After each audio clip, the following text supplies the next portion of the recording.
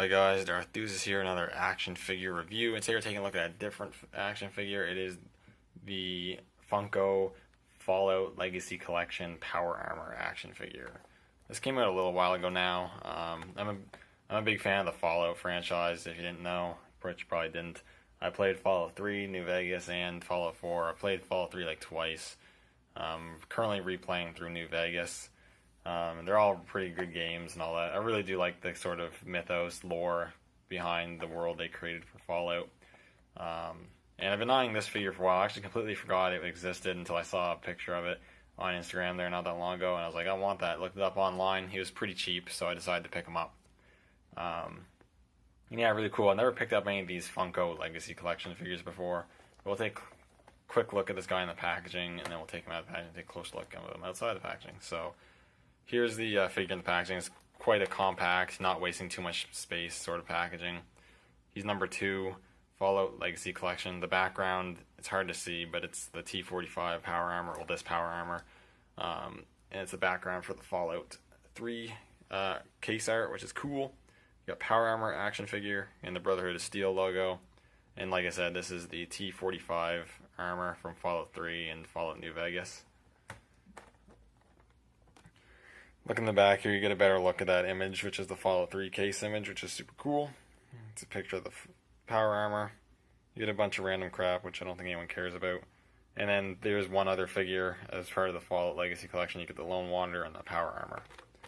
I'm really hoping that they would maybe make some more figures down the line. I'd really like to see a NCR Veteran Ranger. I think that'd be really cool. Maybe a Legion Centurion. I think those would be really cool. I don't know if we'll ever get any more Fallout figures from Funko, but you never know. Anyways, that's pretty much it for the packaging. I'm going to take them out of the packaging and take a close look at the figure inside. Now I got the power armor figure outside of the packaging, and this is actually a really cool figure. It's a bit better than I thought it was going to be. I've heard both good and bad things about the Funko Legacy Collection, or a series of figures. Some of which being they use clear joints, so the joints can be very fragile. As far as I can see, this figure doesn't use any clear joints, and the joints, while I am still being a bit careful with them, seem to move fairly easily without much issue and don't seem like they're going to just break on me, so that is really cool. Very happy about that. So first, take a look at the sculpt and paint detail going on with this guy. So let's kind of take this out of his hand here, if I can manage that. Come on. Oops. Okay. So, straighten them out here. Get him to stand up a bit straighter. There we go. So this is the T45 power armor. And it looks really good. The helmet sculpt's really nice. He's got like the flashlights and whatnot going on. The visor, or the eyes or whatever, painted in black. You got like this greenish, brownish color for the hoses, which looks really cool. And the whole armor is painted in a silver paint, which shines quite nicely, and you also have this black wash put over the figure to give it that more metal look. Now, what I will say is that the figure lacks any sort of weathering, and I think for armor definitely being used in like a post-apocalyptic nuclear wasteland, I think the armor should be a bit dirtier. Maybe have some rust spots, whatever, and be a bit dirtier. I don't know. It still looks good, but it's just an observation more or less. You got more of them hoses painted and sculpted on the back here. You got this whole sort of system, a valve and whatnot, sculpted on the back of the armor here. The shoulder armor, which looks pretty cool, though my one gripe is that they're like bent down, and I think they should be raised, like hinged up more. Now, it would have been cool if they actually put these on hinge joints, but they didn't. They plug in on the back and are glued in on the front. I'm sure if someone wanted to, you could, with enough force, you could break off the glue, break them off, and glue them back into place in the way you'd want them to. I don't really feel like breaking my figure, though, breaking my figure on purpose, rather, so I don't want to do that. But they are sort of hinged down too far. They should be way hinged up way more, and I think that would improve the aesthetic overall look of the figure, because there are some spots that look off, and I think that's one of the reasons why the shoulders are kind of weird, but it's not a huge deal. You got the rest of the armor here, got some nice rivets sculpted in and whatnot, which is really cool. Got this sort of rib spot right here. What I will say, definitely compared to the legs, even in person is not as bad, but you can definitely tell like the legs look huge compared to the rest of the figure. It's not completely wrong. They do look kind of big, especially the torso. I feel the torso is a little small, and I'm gonna stick with that. The torso does look a little too small. It's not terrible. It doesn't look terrible or anything, but it's noticeable. You got the groin piece there. You got the rest of the armor going on. Got sort of brownish, grayish brown or grayish blackish undersuit underneath. Got the hands here. You got one that's kind of sculpted for holding the laser rifle, and this is kind of sculpted in an open hand pose, but also mainly just to hold the gun in a two-handed pose. And again, more nice sculpted work. You got some of the brand stuff, whatever, on the back of the legs, just okay. And then you got the boots here, and then just flat bottoms, which makes it easy for them to stand. But I guess if you want to put them on a display stand, that's not going to be possible.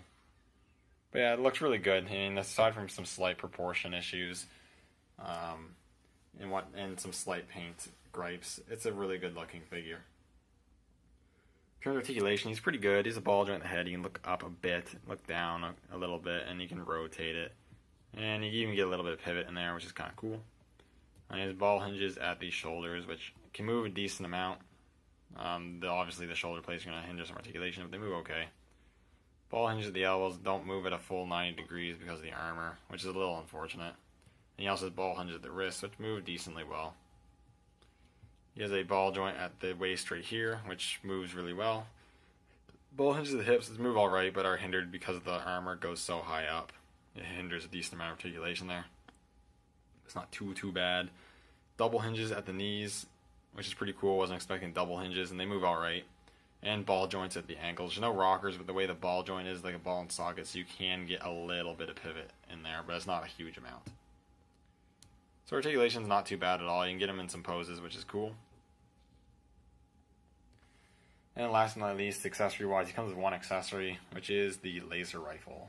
And the laser rifle is cool. It's an accurate sculpt in paint apps. You got like the silver, and then you got like this greenish color, olive greenish color, and then they got the yellow paint apps on it, which is really cool. Sculpt's nice. It's made of a very sturdy plastic, so you're going to want to be careful not to break it, but at the same time it's not going to warp on you, so that's really cool. He can hold it in one hand, and you can also get him holding it in two hands. In two-handed grips, he holds it better when he has his hand. This is the hand that's going to have him, that's going to be holding it when he's in two-handed. Obviously in one-handed you can get him holding it like that, which you would have seen at the beginning of the video. You do have to fiddle around with it a bit to actually get a good looking sort of two-handed pose, but it is doable, so that's really cool. And that's all it comes with. That's all it really needs to come with, honestly. I guess some more weapons that give you some options would have been cool, but I'm not going to complain too much about that. Do a quick size comparison. This is a 6-inch scale figure. Here he is next to the Luke figure I recently reviewed. And Luke's a bit shorter than him, which makes sense because Luke's not only older, but was always a shorter character, so that makes sense. And with a more taller figure, he is next to the Rogue One Death Trooper, Black Suit Death Trooper. Death Trooper's a little taller than him. The power armor guy should at least be as tall, if not a bit taller, or at least as tall, but definitely be bulkier.